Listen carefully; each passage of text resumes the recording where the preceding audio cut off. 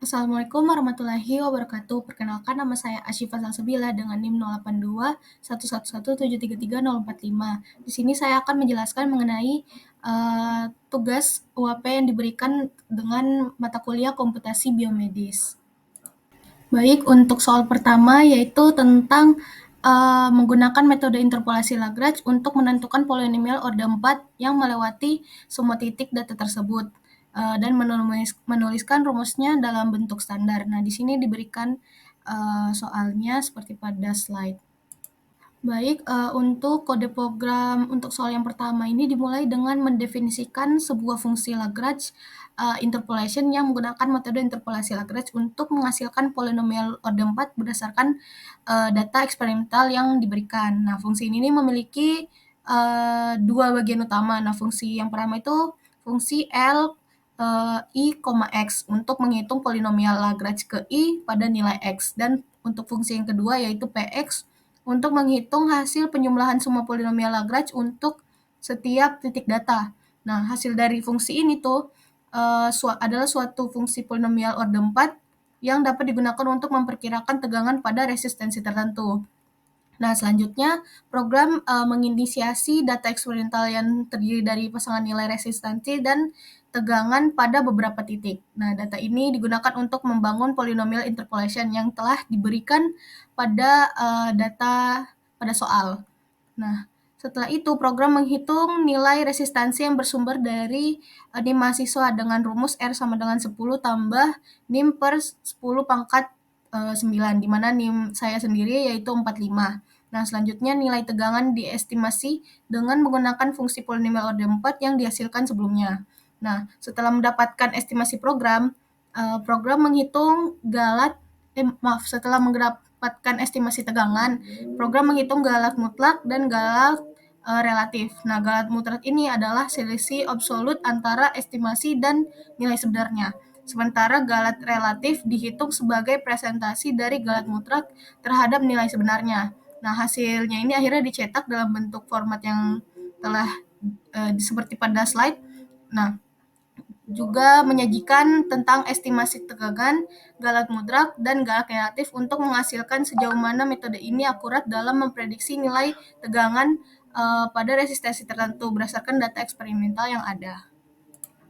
Nah, di sini diketahui hasil yang ditemukan adalah estimasi tegangannya adalah 0,5 volt, galat mutlaknya adalah 0,25 volt, dan galat relatifnya adalah 33,33%.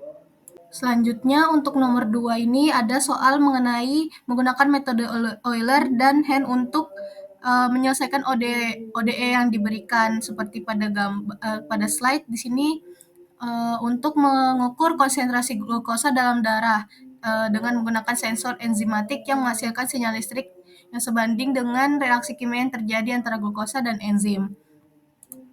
Untuk kode program untuk soal nomor 2 ini menggunakan yang pertama metode Euler untuk menyelesaikan persamaan diferensial ODE pertama, di mana fungsi Euler method ya ini didefinisikan dengan 3 parameter yaitu f, ya ini fungsi yang mewakili persamaan diferensial, kemudian t-value adalah nilai-nilai waktu yang digunakan sebagai langkah-langkah diskritisasi, dan v0 adalah nilai awal dari variabel dependen.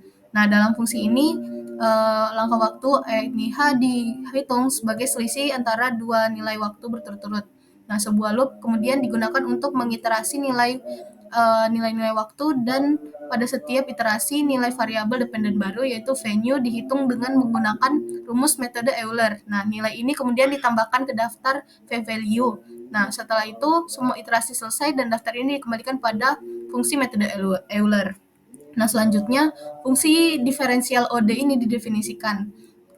Lalu persamaan diferensial yang diberikan itu persamaan diferensial linear OD pertama. Nah, dalam contoh ini persamaan diferensialnya adalah dV per dt, yaitu K1 kali C kurang K2 kali V, di mana C dihitung berdasarkan nilai-nilai waktu dan variabel dependen. Nah, data eksperimental diberikan dalam bentuk nilai-nilai waktu, yaitu t-value yang sudah ditentukan, dan fungsi Euler method ini dipanggil dengan memasukkan persamaan diferensial, yaitu OD yang sebelumnya tadi nilai-nilai waktu, dan nilai awal variabel dependen, yaitu V0. Nah, hasilnya kemudian dicetak dalam bentuk tabel yang berisikan nilai-nilai waktu dan variabel dependen yang dihitung dengan menggunakan metode Euler. Nah, kemudian untuk selanjutnya menggunakan metode range kuta orde 4 untuk menyelesaikan persamaan diferensial orde pertama, di mana fungsi range kuta method ini mirip dengan fungsi Euler method, tetapi menggunakan 4 konstanta kemiringan, yaitu K1, K2, K3, dan K4 untuk menghitung nilai variabel dependen baru pada setiap iterasi. Nah, dalam setiap iterasi loop, itu 4 konstanta ini dihitung berdasarkan nilai-nilai waktu dan variabel dependen yang ada. Nah, kemudian nilai variabel dependen baru, yaitu V-new, dihitung dengan menggunakan rumus range kuta orde 4 yang melibatkan kombinasi tertentu dari konstanta kemiringan. Nah, nilai ini kemudian ditambahkan ke dalam daftar V-value. Nah, setelah itu program menciptakan data eksperimental dengan memanggil fungsi range kuta method dengan persamaan diferensial yang sama, yaitu ode. Nah, nilai-nilai waktu yang sama itu T-value dan nilai awal variabel dependen yang sama, yaitu V0. Nah, hasilnya dicetak dalam bentuk tabel yang berisikan nilai-nilai fungsi, nilai-nilai waktu dan variabel dependen yang dihitung menggunakan metode range kuta orde 4. Nah, selanjutnya program mengestimasi konsentrasi glukosa dalam setiap waktu tertentu menggunakan dua metode numerik, yaitu metode Euler dan metode range kuta orde 4 seperti sebelumnya, dengan fungsi glucose concentration, mendefinisikan model matematika untuk konsentrasi glukosa sebagai fungsi waktu. Nah, model ini melibatkan parameter tertentu seperti NIM, kemudian V, dan dua parameter K1 dan K2. Nah, fungsi melibatkan nilai konsentrasi glukosa berdasarkan rumus matematis yang digunakan. Nah, di sini kita menggunakan NIM saya, yaitu NIM 045. Setelah itu, program menetapkan nilai-nilai untuk parameter K1 dan K2. Kemudian program menggunakan fungsi glucose concentration untuk menghitung estimasi glukosa pada waktu tertentu, yaitu T-estimation menggunakan metode Euler. Hasilnya dicetak dalam format yang sesuai pada kode program. Nah, selanjutnya program menggunakan metode yang sama untuk menghitung estimasi konsentrasi glukosa menggunakan metode range kuta orde 4 dan mencetak hasilnya juga.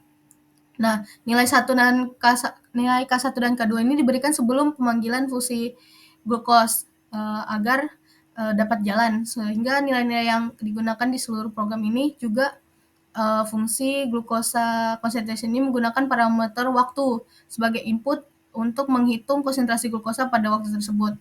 Nah, konsentrasi glukosa dihasilkan untuk waktu tertentu dan dicetak dalam format seperti pada kode program. Baik, di sini kita mendapatkan hasil di mana estimasi konsentrasi glukosa pada metode Euler pada T30 detik adalah 15,53 dan estimasi konsentrasi glukosa pada metode range kuta sama, yaitu 15,53. Baik, sekian dari saya mengenai tugas UAP untuk komputasi biomedis. Bila ada salah kata mohon dimaafkan. Wassalamualaikum warahmatullahi wabarakatuh.